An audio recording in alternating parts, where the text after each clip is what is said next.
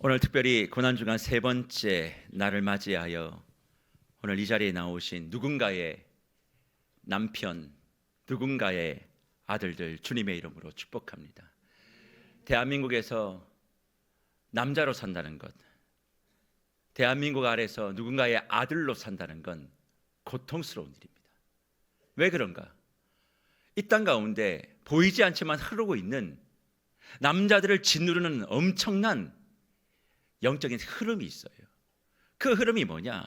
수신제가 치국 평천하입니다. 이 말 들어보셨습니까? 수신제가 치국 평천하. 이거는 송나라 그 주희가 덕망 있고 이상적인 리더가 어떤 삶을 살아야 되는지에 대하여 정리해 놓은 대학이라고 하는 책에 나오는 이야기입니다. 유교의 입문서라고 할 수 있는 책이 대학입니다. 그 대학에 이상적인 남자, 이상적인 리더는 어떤 삶을 살아야 되느냐 8단계가 있는데 그 첫 번째 단계가 경물이에요. 사물의 이치를 알아야 된다. 그 두 번째 단계가 치지입니다. 지식이 있어야 되고, 세 번째가 성의, 뜻이 성실해야 되고, 네 번째가 정심, 마음이 발라야 된다. 이 네 가지가 완성이 되어지면 다섯 번째가 수신이에요. 자기 몸을 다스리는 거예요. 그 자기 몸을 다스리는 수신이 하면 그 다음 뭐예요? 제가 가정을 다스리고, 그 가정을 다스리는 사람이 어떻게 해요? 치국, 나라를 다스릴 수 있고, 그 다음에 평천하, 온 세상을 이롭게 만든다. 그래서 수신제가 치국 평천하란 말은 대학의 8가지 올바른 남자, 올바른 리더가 되어지는 8단계 중에 5, 6, 7, 8단계를 묶어 놓은 말이 수신제가 치국 평천하란 말입니다. 그러니까 대한민국에 살아가고 있는 누군가의 아들, 누군가의 남편의 마음 가운데는 늘 뭐가 있냐면 나 하나가 바로 서야 집안이 바로 선다는 거예요. 나 하나가 잘 돼야 이 식구들이 먹고 산다라고 하는 끔찍한 부담감을 늘 가슴속에 돌덩이처럼 가지고 살아가는 사람들입니다. 남자는 이래야 돼, 남자는 저래야 돼. 그런 규율들이 교육되지 않아도 은연중에 얘기됩니다. 남자가 돼가지고 그런다고. 남자는 사람인데 사람에 대한 이야기는 없습니다. 남자에 대한 이야기가 있는 거예요. 말하지 않아도 끊임없는 그런 강요, 끊임없는 그런 교육, 그런 것들이 이 땅 가운데 무엇보다 유교의 지배를 받고 살아갈 수밖에 없었던 우리 시대, 그리고 우리 시대의 아버지들, 더 내가 잘 돼야 이 집안을 일으킨다라고 하는 그 부담과 그리고 중압감 속에 날마다 살았기 때문에 그들의 마음 속에 있었던 그 마음의 돌덩이가 뭐예요? 시간이 지나도 유전적으로 나의 아들들에게 흘러가게 된다. 왜요? 아들은 아버지를 늘 거울처럼 보고 살기 때문에 그렇습니다. 아버지처럼 살고 싶지 않아도 그 아버지의 모습이 나인 거예요. 그러니 여러분, 그 사람이 누군지를 알고 싶으세요? 그 사람의 아버지를 보면 돼요. 속일 수가 없어요. 그 아버지의 모습대로 살게 되어 있어요. 그러니까 아버지는 좋은데 아들은 나쁜 경우는 없어요. 아버지가 좋으면 아들도 좋아요. 아버지가 나쁘면 미안해요. 아들도 똑같아요. 왜? 아들은 아버지의 모습을 바라보며 살기 때문에. 그래서 이런 얘기 들어보셨습니까? 아들은 아버지의 뭘 먹고 사는 줄 아세요? 엄지손가락을 먹고 산다 그래요. 아들은 아버지의 엄지손가락을 먹고 산다. 왜 그런가? 아들은 아버지를 통해서 내가 누구인지를 확인받고 싶은 거예요. 아버지의 모습 속에 세상의 전부가 투영되고 있는 거죠. 그러니까 거울을 바라봤을 때 아버지가 그 아들을 바라보며 엄지를 쫙 내밀면 아들이 매일 사는 거예요. 근데 내가 서 있는 그 아버지는 나를 볼 때마다 늘 이러고 있는 거예요. 넌 커서 뭐 될래?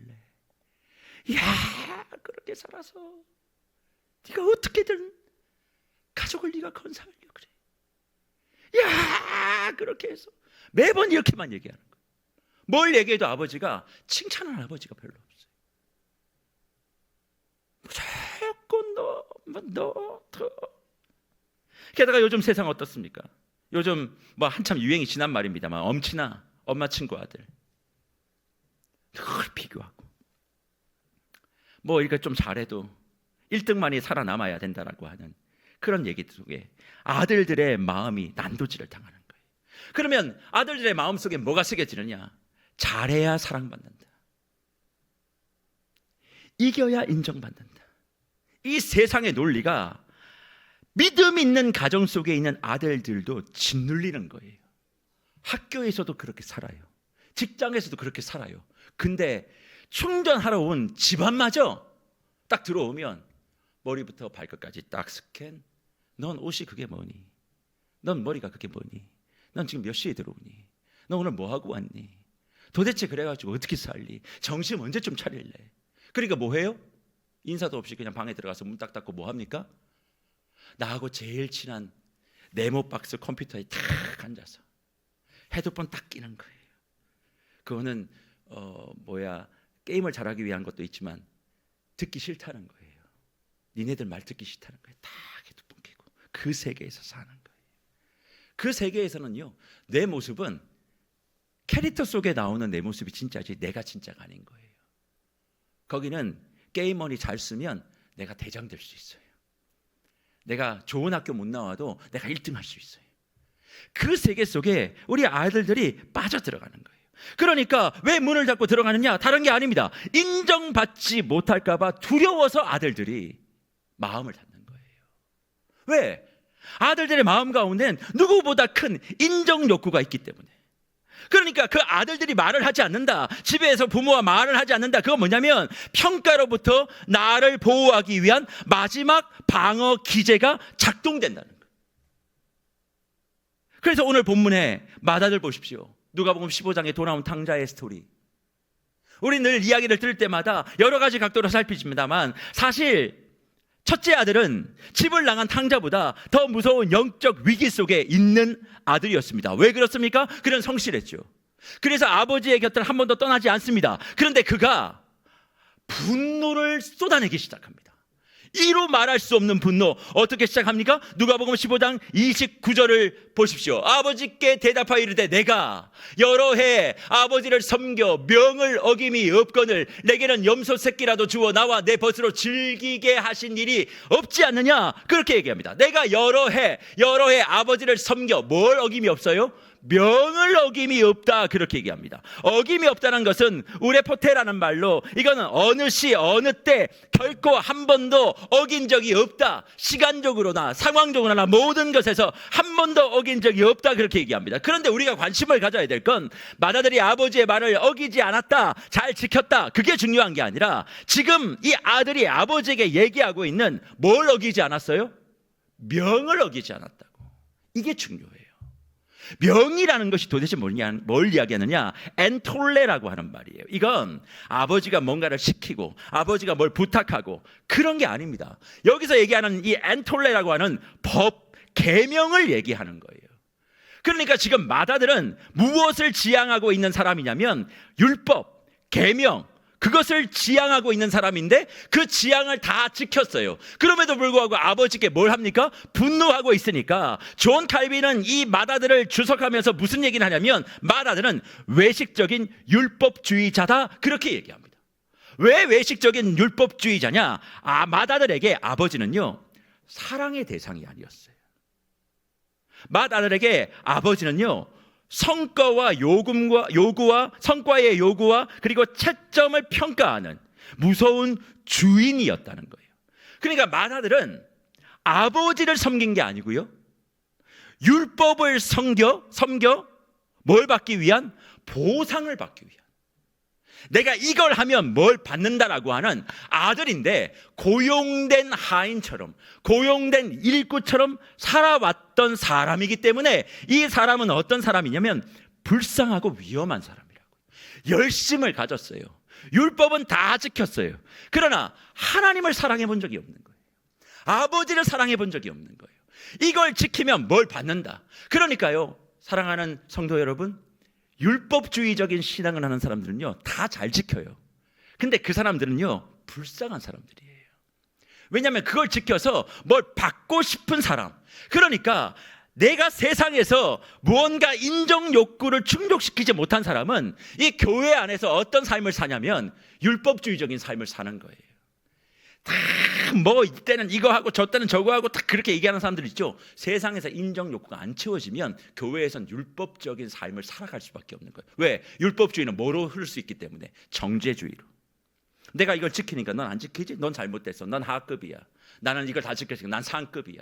이러면서 자기의 자존감을 율법을 통해서 다 올려가는 그런 모습이 누구에게? 아들에게, 맏아들에게 있었다는 겁니다. 그러니까 이 아들이 항변했던 내용 다시 한번 누가복음 15장 29절을 보세요. 뭐라고 얘기합니까? 명의 어김이 없거늘. 그 다음 뭐예요? 보상에 대한 얘기가 나오는 거예요. 내게는 염소 새끼라도 주어 나와 내 벗으로 즐기게 하신 일이 없지 않느냐. 이 얘기는 뭐냐면 내가 이 명을 지켰으면 보상이 있어야 되는데 그 보상을 안 줬음에 대한 맏아들의 비명소리인 거예요. 내가 이걸 지켰으면 당신 나에게 뭐라도 줘야 되는데 안 줬지 않냐. 내가 이만큼 노력했는데 왜 나를 알아주지 않느냐라는 그런 항변을 지금 하고 있는 거죠. 사랑하는 성도 여러분, 복음이 빠진 가정은 자녀들에게 율법의 감옥이 됩니다. 복음이 없는 가정은 율법의 감옥을 만들어요. 가정 예배 중요해요. 근데 가정 예배를 드리는 것보다 더 중요한 건 그 행위가 아니라 그 예배의 대상이신 하나님의 사랑을 누구를 통해? 아빠 엄마를 통해 느끼게 해야 되는 거예요. 예배 드릴 때 애들 좀 흐트러지면 똑바로 앉아. 기도할 때 그렇게 하나님 받으시겠어 그걸? 이건 다 율법주의적인 거예요. 어린아이가 아이 앞에서 뭐 얘기할 때 뭐 재롱 떨고 그럴 때 각딱 잡고 칼군무하고 5살짜리가 K 그런 댄스 치고 막 그러면 우리 막 신난다고 얘기하지만 그거 불쌍한 거예요. 뭘 해도 아빠 앞에서는 자유로워야 되는 거죠. 물론 그렇다고 형식을 다 뭐 그렇게 파괴하라 그런 얘기는 아니지만 그걸 통해서 아이에게 뭐예요? 하나님은 무서운 분인가? 우리 하나님은 뭐 내가 하나 잘못하면 난리치는 분인가? 그런 마음들을 자꾸 새겨 넣게 되어지니까 답답한 거예요. 숨이 막히는 거예요. 그러니까 아들들이 누구의 눈치를 봐요? 아빠의 눈치를 봐요. 엄마의 표정을 자꾸 살펴요. 내가 지금 드러내고 있는 행동 하나, 말 하나가 성적표가 되어지니까 자꾸 마음을 숨기는 건 뭐 때문이냐? 아버지가 아들에게 사랑의 아빠가 아닌 엄격한 채점관. 그렇게 와닿기 때문에 그들이 내가 이렇게 해도 알아주지 않으니까 그 다음 뭐예요? 내가 이제 살아야 되겠는 거예요. 입을 닫고 마음을 닫아버리는 거예요.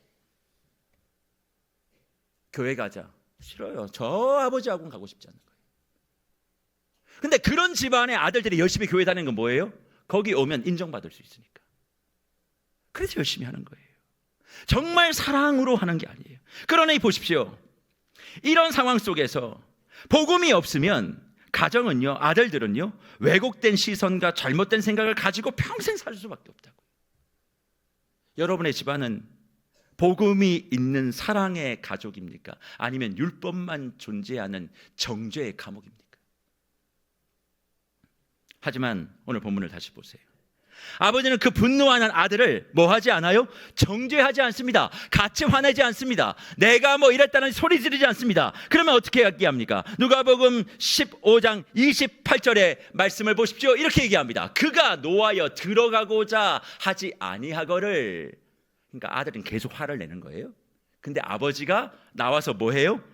권한대. 파라칼레오. 권한대. 아버지가 성질내고 있는 그 아들에게 나가서 권했다. 이건 뭐냐면 초대했다, 초청했다, 위로했다, 기도했다, 그 얘기예요. 그러면 아버지는 아들에게 너 왜 잔치에 안 들어오냐 막 화를 낸 게 아니에요.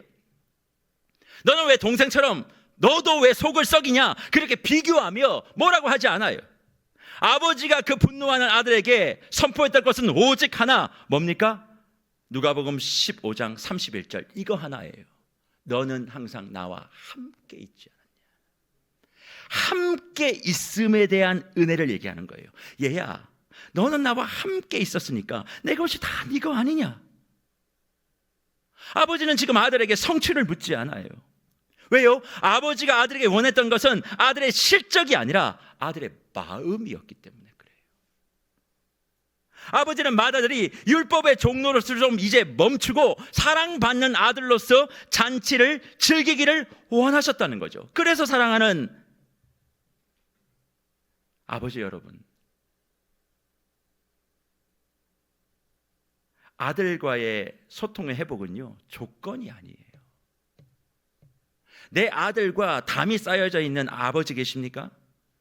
조건이 아니라 아버지의 찾아가심을 통해 시작하는 거예요. 뭐 조건이 되면, 상황이 되면, 얘가 이렇게 하면, 그런 게 아니에요. 아버지가 아들을 찾아갈 때 소통은 시작되는 거예요. 그래서 누가복음 15장에 이 돌아온 탕자의 맏아들의 사건을 인지하시고 이제 골고다 십자가로 우리의 시선을 한번 옮겨보자고요. 십자가는 하나님 아버지가 독생자 예수 그리스도를 우리에게 주셨던, 그게 뭐예요? 절대적인 인정이에요. 내가 너를 진짜 나의 아들로 완전히 인쳐준다라고 하는 위대한 사건이 십자가 사건 아닙니까? 예수님은 십자가 위에서 다 이루었다 외칩니다. 그런데 그 외침은 우리가 더 이상 이 세상에서 인정받기 위하여 발버둥 치지 않아도 된다라고 하는 하나님의 승리 선언이에요. 네가 어떤 상태이든 세상이 매기는 그런 등급표에 의해서 평가받는 존재가 아니라 너는 내 아들의 핏값으로 산, 나의 눈에 넣어도 아프지 않을 존귀한 나의 아들이라고 하는 그 선언이라고요. 네가 어떤 회사를 다니든 어떤 학교를 다니든 너는 나의 사랑하는 가장 소중한 아들이야 라고 말씀하는 거죠. 그런 차원에서 이 땅을 살아가고 있는 아들들, 남편들 보십시오. 이 땅의 아들들은 십자가의 보혈로 이미 하나님 앞에서 만점 받은 하나님의 아들들인 줄 믿습니다. 내가 어떤 상황이 있어도 세상의 채점관들은 실패자라고 얘기할 수 있어요. 야, 그렇게 해도 안 되냐? 야, 그래서 어떻게 살래? 그런 조롱소리가 있을 때 우리가 바라봐야 될 건 뭐예요? 십자가죠. 그 십자가를 바라보면 뭐가 보이느냐? 하나님, 내 인생은 좀 살려주세요. 내 인생 언제까지 내버려 둘 거예요? 그것이 아니라 십자가에 달려 그렇게 낭망하고 있는 아들들을 향하여 하나님이 뭐라고 말씀하시는 거예요? 엄지척 해주시는 거예요. 십자가를 볼 때마다 눈물 콧물 쏟고 날 좀 살려달라고 얘기하는 것이 아니라 인정에 목마르고 있는 이 땅을 살아가고 있는 무엇보다 대한민국의 아들로서, 남자로서 고통 가운데 무거운 짐을 지고 그 짐이 힘들다고 얘기하면 남자가 나약해서 어떡하냐고. 그런 이야기를 들을 때 십자가를 바라보면 뭐예요? 하나님이 네가 최고야. 쌍엄지척을 드는 거예요. 네가 최고야. 너는 내가 가장 사랑하는 예수 그리스도를 찢어 죽여 살린 나의 보배로운 아들.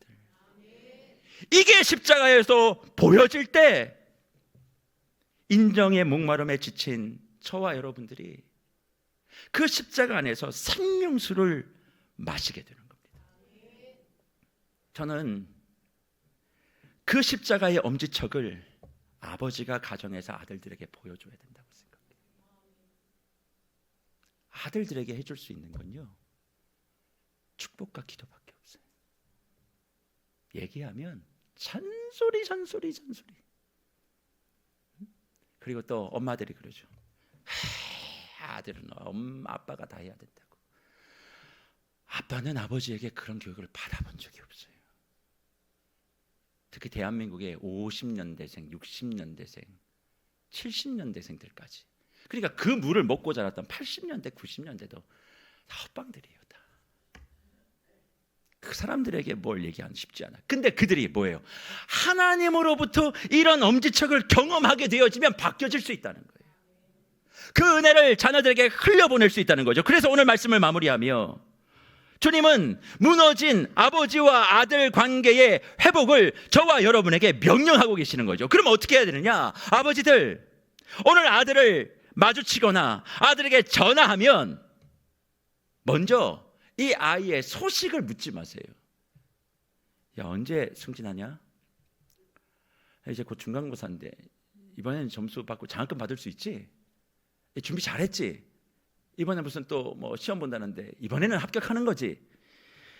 이런 거 묻지 마세요. 너 공부 얼마 했니? 너 얼마나 돈 모았니? 이런 얘기 하지 말고 그걸 얘기하는 순간 아들의 가슴에 대못을 박는 거예요. 대신 뭘 전해야 되느냐? 십자가의 엄지척을 전하시고 십자가의 엄지척을 좀 전하시라고. 뭐라고 전합니까?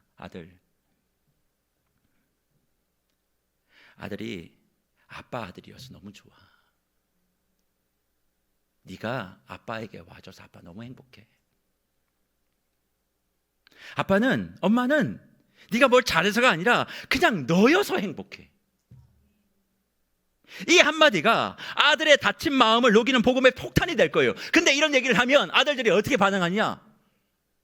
엄마가 죽을 때가 됐나? 왜 안 하던 얘기를 하지 갑자기? 그러니까 의심하는 거예요. 왜? 한 번도 그런 얘기를 들어본 적이 없으니까. 그러면 한 번 얘기했는데 아들의 반응이 싸하니까 아유 그래도 소용이 없네, 포기해버리는 거예요. 근데요, 관계는 쌓아가는 거잖아요. 한 번 했다고 안 되면 돌아서는 게 아니에요. 똑같은 항상성을 보여주면 되는 거예요. 다음에 만날 땐 또 엄지척, 그 다음 만날 때 또 엄지척. 그래서 그게 자연스러워야 되는데 한 번 했다가 이상하니까 아이 봐봐 안돼 정 목사 거짓말만 하고, 그게 한 번도 경험되지 못하니까. 그러면서 아들들의 마음이 뭘 풀어줘야 되느냐? 비교라는 율법의 족쇄를 끊어주셔야 된다고.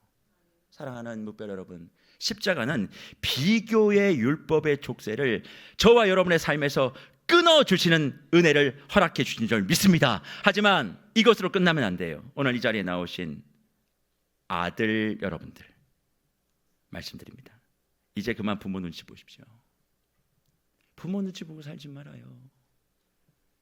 세상에 매긴 등급에 고개 좀 떨구지 말고, 저와 여러분의 가치는 세상에 매기는 연봉에 있지 않습니다. 세상에 매기고 있는 성적표에 있지 않아요. 우리는 어디에 그러면 나의 가치가 있냐? 십자가에서 나를 위해 죽으신 예수 그리스도의 사랑이 나의 존재의 가치가 되는 줄 믿고 그 사랑 안에서 당당하게 일어서시기를 축복합니다.